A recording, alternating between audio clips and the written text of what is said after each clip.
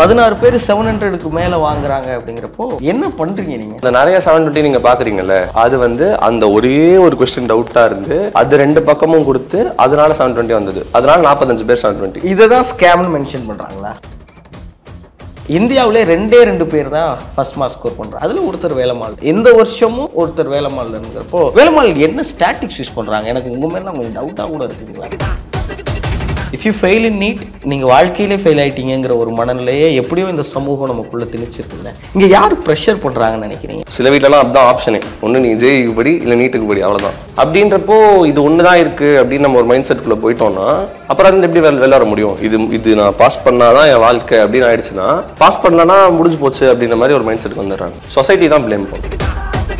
இது எப்படி ஸ்ட்ரெஸ் இல்லாமல் உங்களுக்கு கொடுக்குறாங்க? எனக்கு அதுதான் புரியல.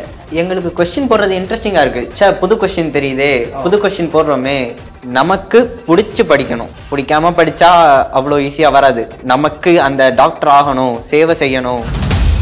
வேலம்மாள் நெக்ஸஸ் மற்றும் Velammal IIT and NEET coaching academy சார்பாக இன்னைக்கு சாதித்து இருக்கிற இந்த சாதனையாளர்கள் கூட ஒரு நேர்காணல்ங்கிறப்போ நான் ரொம்ப மகிழ்ச்சிகரமாக தொடங்குறேன். வணக்கம். கூடவே ஒரு பெரிய வாழ்த்துக்கள். ஏன்னா இன்னைக்கு நீட்டுக்கு ப்ரிப்பேர் பண்ணுறவங்க, ப்ரிப்பேர் பண்ணாதவங்க, அவங்களுடைய பேரண்ட்ஸ், சொந்தக்காரன், அந்த தெருவில் வாழ்கிறவன், என்னை மாதிரி நீட்டுக்கும் எனக்கும் எந்த சம்மந்தமும் இல்லாதவங்க நாடு முழுவதும் இருக்கிற எல்லா இந்திய குடிமர்களும் பார்த்து அஞ்சுகிற ஒரு பரீட்சையை உயர் மதிப்பெண்கள் வாங்கி நீங்கள் கிளியர் பண்ணியிருக்கீங்க. அந்த தேர்ச்சிக்கு பெரிய வாழ்த்துக்கள். 720 வாங்கிய சையத் 715, 10, 705ன்னு ரொம்ப பெரிய மார்க்ஸ் வாங்கிருக்கீங்க. முதல்ல எனக்கு இப்படி கேட்கணும்னு தோணுச்சு. ரிசல்ட் வந்துருச்சு, நீங்கள்லாம் பாஸ் பண்ணிட்டீங்க. நீட் எக்ஸாம் ஸ்கேம்னு எல்லாரும் பேசிகிட்டு இருக்காங்க. இதை பார்த்த உடனே என்ன தோணுச்சு? பேப்பர் ரொம்ப ஈஸியாக இருந்துச்சா? எங்கள் லெவலுக்கு ஈஸியாக இருந்துச்சுன்னு நினைக்கிறேன். அதுதான் என் பாயிண்ட்டு. கிளாப் பண்ணலாம், அந்த பாயிண்ட்ல கிளாப் பண்ணலாம். வேலம்மாள் நெக்ஸஸ்ல படித்தா ஈஸியாகிடும்னு வச்சுக்கலாமா?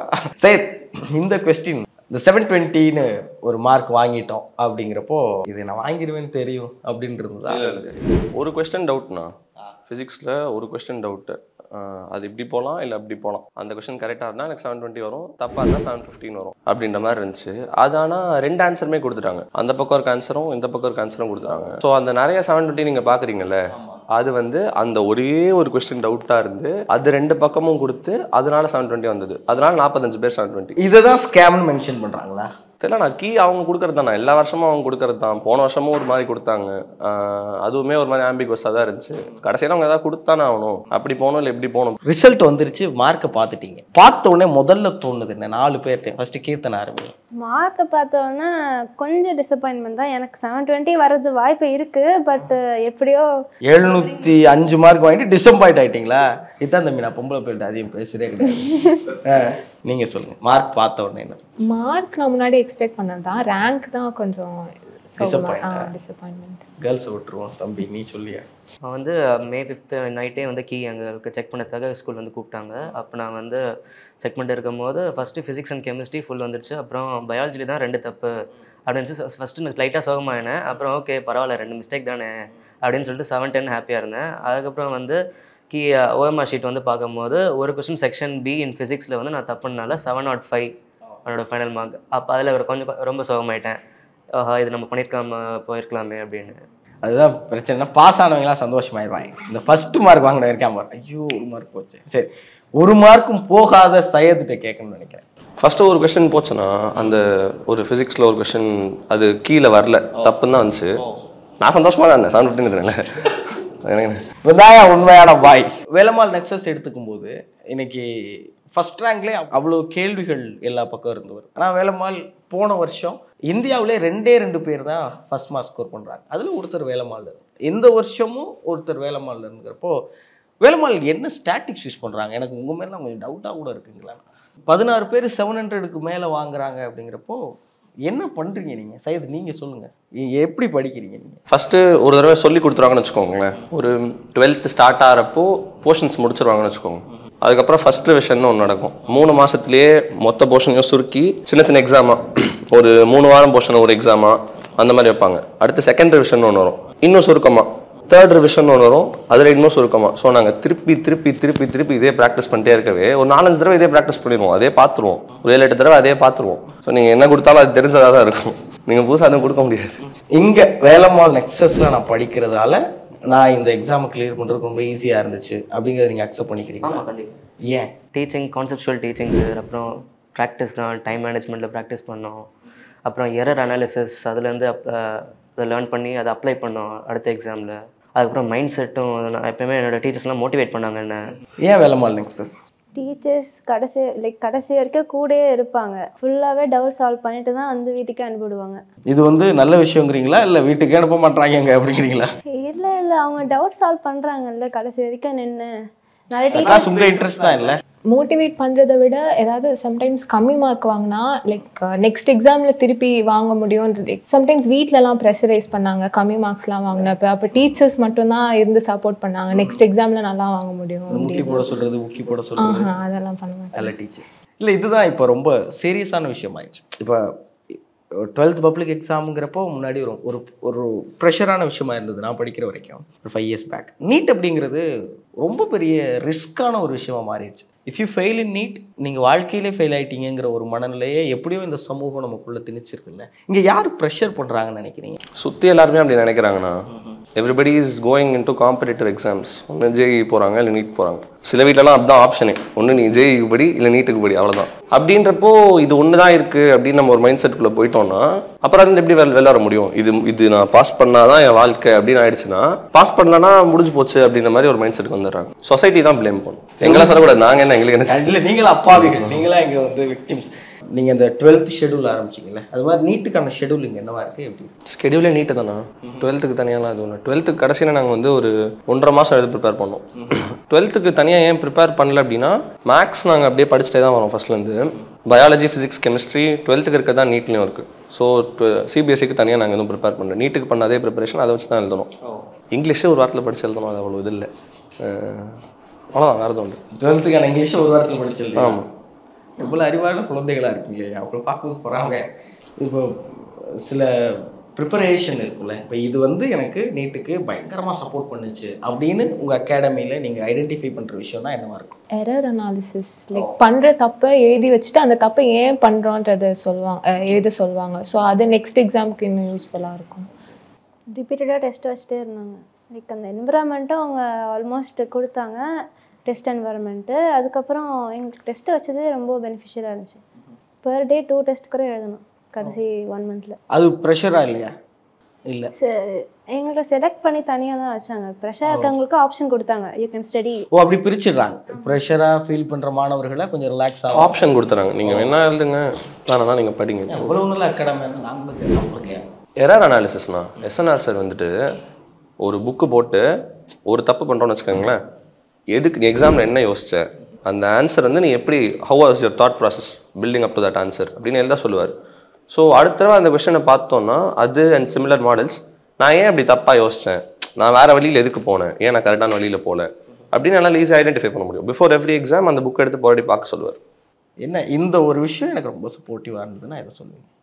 அவங்களோட மோட்டிவேஷன் தான் சார் என்ன சப்போர்ட் பண்ணிட்டே இருந்தாங்க. அதுதான், மற்றபடி நான் தான் சார் எல்லாம். கைதட்டுங்க, 3 பேரும் கைதட்டுங்க. அந்த மாதிரி அது அட்லாஸ்ட் எல்லாருக்குமே அதுதான். இப்போ சைஸ் 720 மார்க் வாங்கினாருன்னா 100% அவரோட கீர்த்தனாவாக இருக்கட்டும், மகாவாக இருக்கட்டும், அந்த சூழல் இருக்குல்ல, சூழல் ரொம்ப முக்கியம். அதை கொடுக்கறது ஒரு கல்வி நிறுவனத்துடைய மிகப்பெரிய கடமைன்னு நினைக்கிறேன். ஏன்னா நிறைய பேர் இன்னுமே என்ன நினைக்கிறாங்கன்னா, நம்ம நிறைய ப்ரெஷர் போட்டால் நல்ல மார்க் வாங்கிடுவாங்க அப்படிங்கிற ஒரு மென்டலில் இருக்காங்க. அதுலேருந்து வெளில வரணுங்கிறது இந்த கான்வர்சேஷனோட ரொம்ப முக்கியமான ஒரு டேக்அவே நான் நினைக்கிறேன். நீட் தான் வாழ்க்கை அப்படின்னு இன்னைக்கு நிறைய பேர் இருக்கிறாங்க. ஒருவேளை இப்போ உங்கள் கூட எழுதுனவங்கள நிறைய பேர் தோல்வி விட்டுருக்கலாம், தேர்ச்சி வராமல் போயிருக்கலாம். அவங்களுக்கு நீங்கள் சொல்ல விரும்புறது என்னன்னா, மகா கிட்ட இருந்து ஆரம்பிக்கணும்னு நினைக்கிறேன். பிளான் A, B, C கூட வேணா வச்சுக்கலாம். இப்போ நான் A வந்து டாக்டர் ஆகணும்னு நினச்சேன். இன்கேஸ் இன் வேர்ஸ்ட் கேஸ் இது பண்ணலன்னா ரிப்பீட் பண்ணுறதை விட like I thought plan B. JEE மெயின்ஸில் நான் கொஞ்சம் ஸ்கோர் வாங்கினதுனால I was able to get நீங்கள் நீட்டையும் கிளியர் பண்ணி ஜேஇயும் கிளியர் பண்ணி வச்சுருக்கீங்களா? மெயின்ஸ் ஜேஇ மெயின்ஸில் NIT போகிற அளவுக்கு எனக்கு ஸ்கோர் இருக்குது. ஸோ அது மாதிரி பேக்கப் பிளான் மாதிரி. இது ரொம்ப மோசமாக இருக்குது தம்பி. அதாவது பிளான் A பிளான் பின்னா A ஒர்க் அவுட் ஆகணும்னா பிக்கு போகணும். ஒரே நேரத்தில் ஏவையும் ஒர்க் அவுட் பண்ணி பியையும் ஒர்க் அவுட் பண்ணி.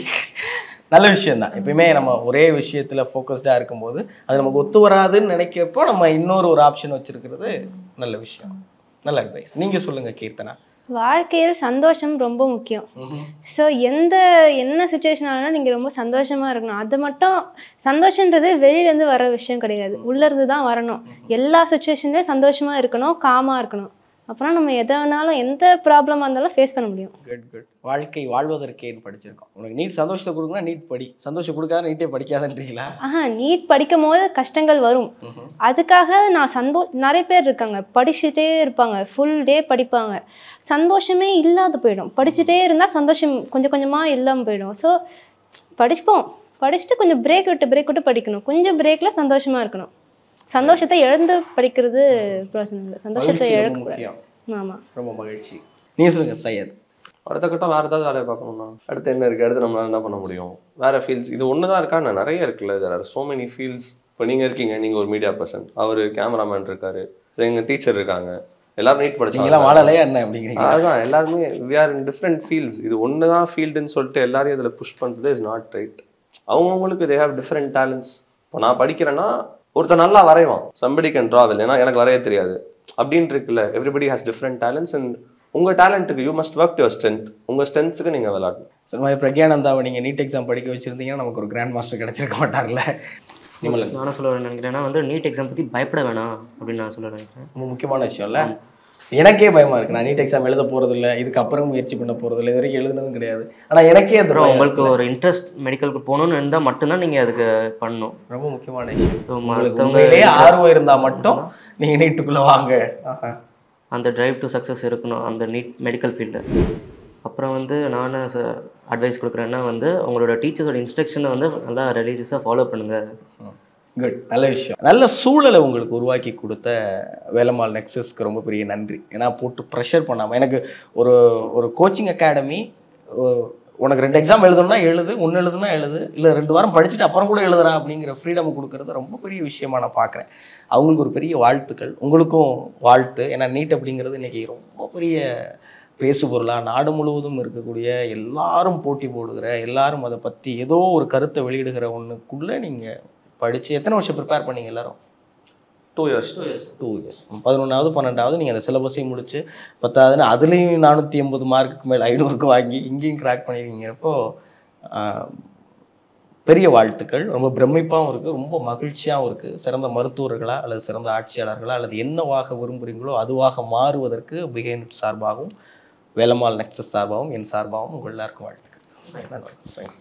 அனுமான், உங்களுக்கு என்னுடைய வாழ்த்துக்கள். எவ்வளோ மார்க்ஸ் ஸ்கோர் பண்ணியிருக்கீங்க? ஆக்சுவலி 720க்கு 705 ஸ்கோர் பண்ணியிருக்கேன். நீங்கள் சொல்லுங்கள், தமிழ் எவ்வளோ மதிப்பெண்கள் வாங்கினீங்க? நான் 720க்கு 710 வாங்கியிருக்கேன். 710. வெறும் 180 கேள்விகளில் 178 கேள்விக்கு சரியாக பதிலளிச்சிருக்கீங்க.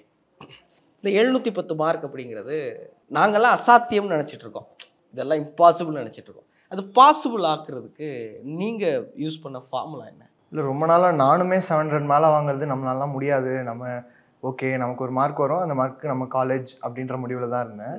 கடைசி towards the final phases of revision நான் இன்னும் நல்லா படிக்க ஆரம்பித்தேன், ஆசையோடு படிக்க ஆரம்பித்தேன். ஓகே இதுதான் மேட்டர், இதை படித்தோன்னா போதும், நல்ல மார்க் வாங்கிடலாம்.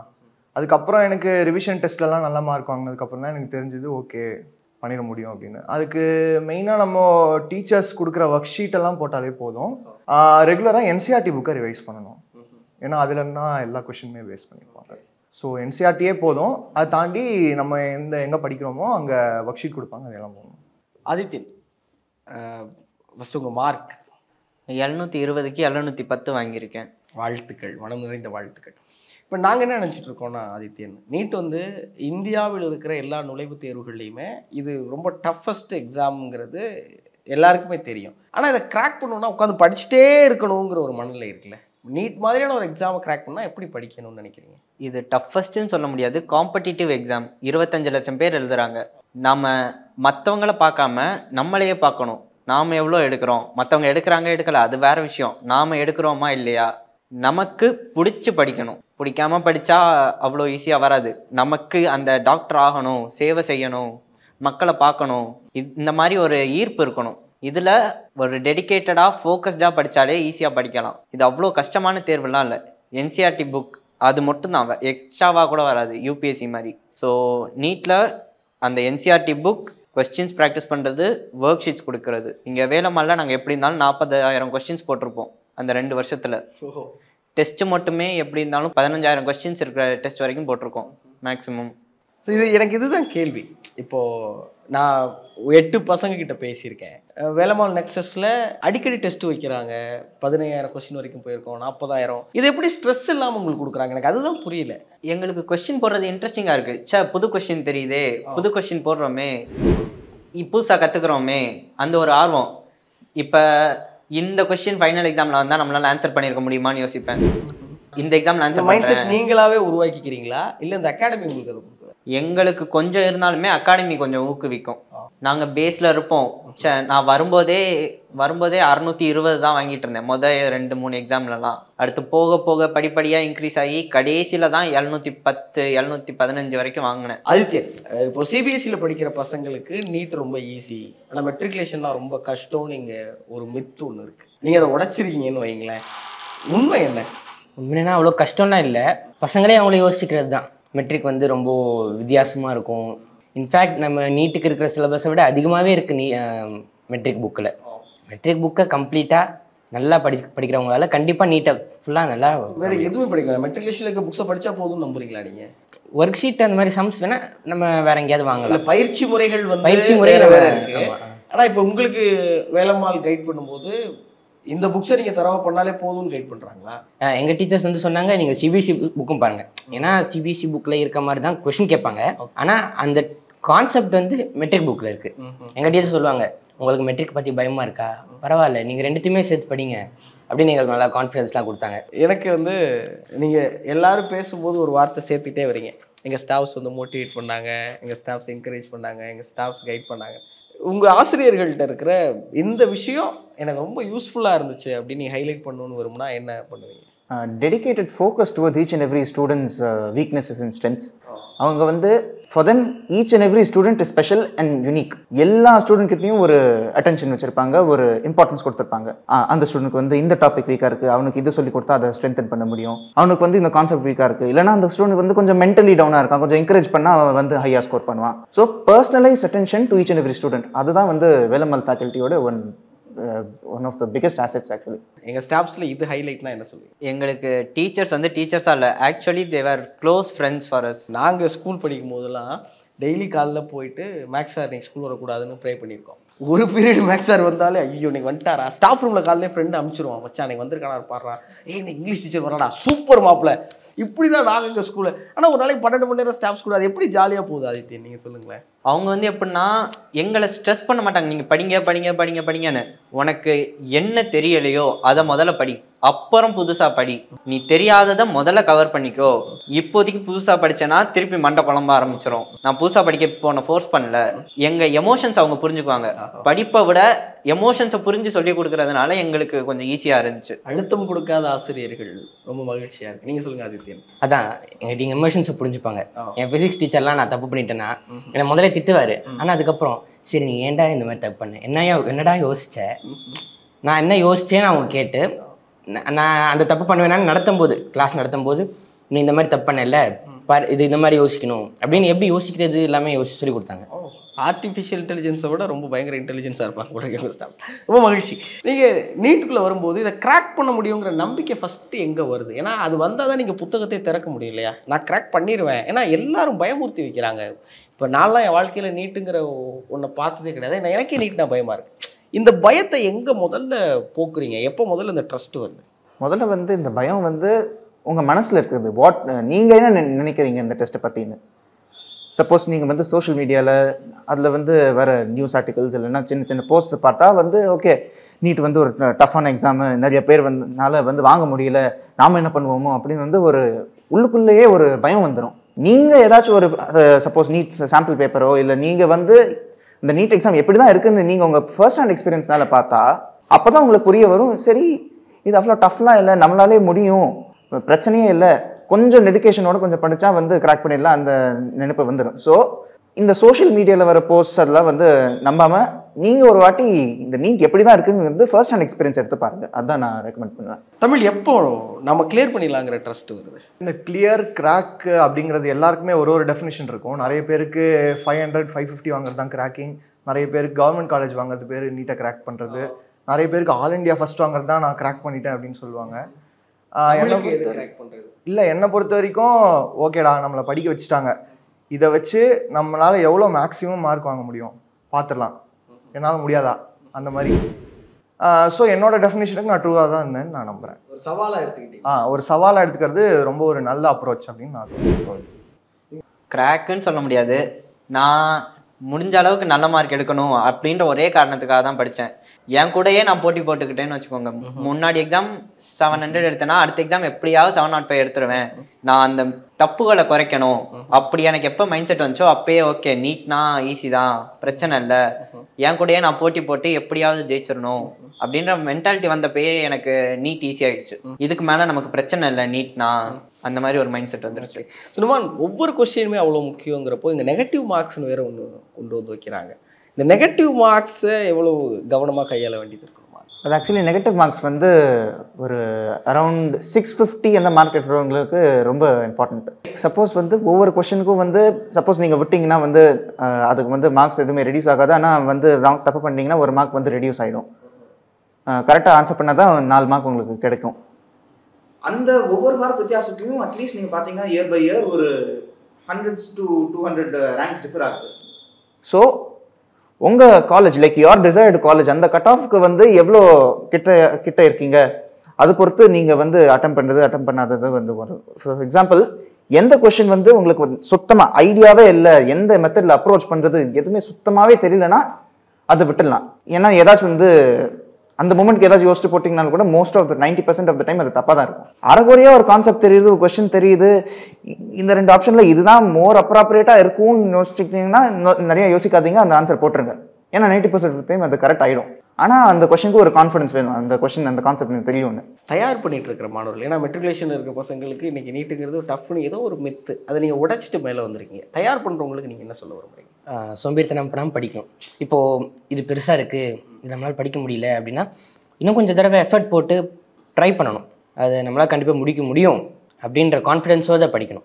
இப்போது இது சின்னதாக இருக்குது, இதை படிச்சிடலாம், சின்னதாக இருக்குது, இதெல்லாம் படித்து முடிச்சுட்டு நம்ம கடைசியில் படிக்கலாம், பெருசாக இருக்கிறது படிக்கலாம் அப்படி இருக்க பசங்க இருக்காங்க. அவங்க வந்து கடைசியில் என்ன பண்ணுவாங்க, சின்னதுக்கு ரொம்ப நேரம் டைம் கொடுத்துருவாங்க, பெருசுக்கு டைம் கொடுக்க மாட்டாங்க. பெரிய கான்செப்ட், கஷ்டமான கான்செப்ட் அதுக்கெலாம் அப்போ அதுக்கு டைம் இருக்காது. சரி பரவாயில்ல விட்டுடலாம். சம்டைம்ஸ் வந்து நம்மளால் ப்ரெடிக்ட் பண்ண முடியாது, இதில் வரும் இதில் அது வராது அப்படின்னு. அப்போ கஷ்டமானலேருந்து கேட்டால் நமக்கு ஒரு டெசிஷன் எடுக்கும்போது இப்போ நம்ம இந்த மார்க் எடுத்தால் நமக்கு இந்த காலேஜில் கிடைக்கும் அப்படின்னா அந்த கொஷின் அப்போது அதுக்கு அந்த மார்க் வர கொஷின் வந்து கஷ்டமாக இருக்கும்போது நம்ம ஒரு காலேஜை இழந்துருவோம். அது மாதிரி எப்பயுமே வந்து எல்லாத்தையுமே ஒழுங்காக படிக்கணும்.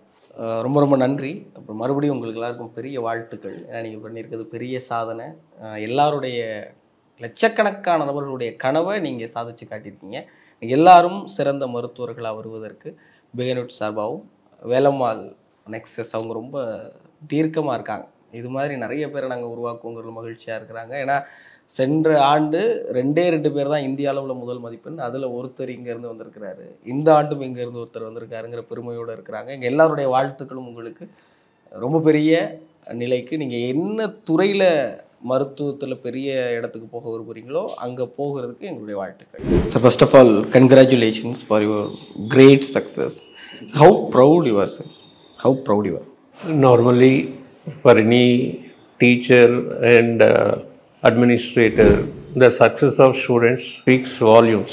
More than anything, the success of students only, it gives more energy for the next batches also to be trained.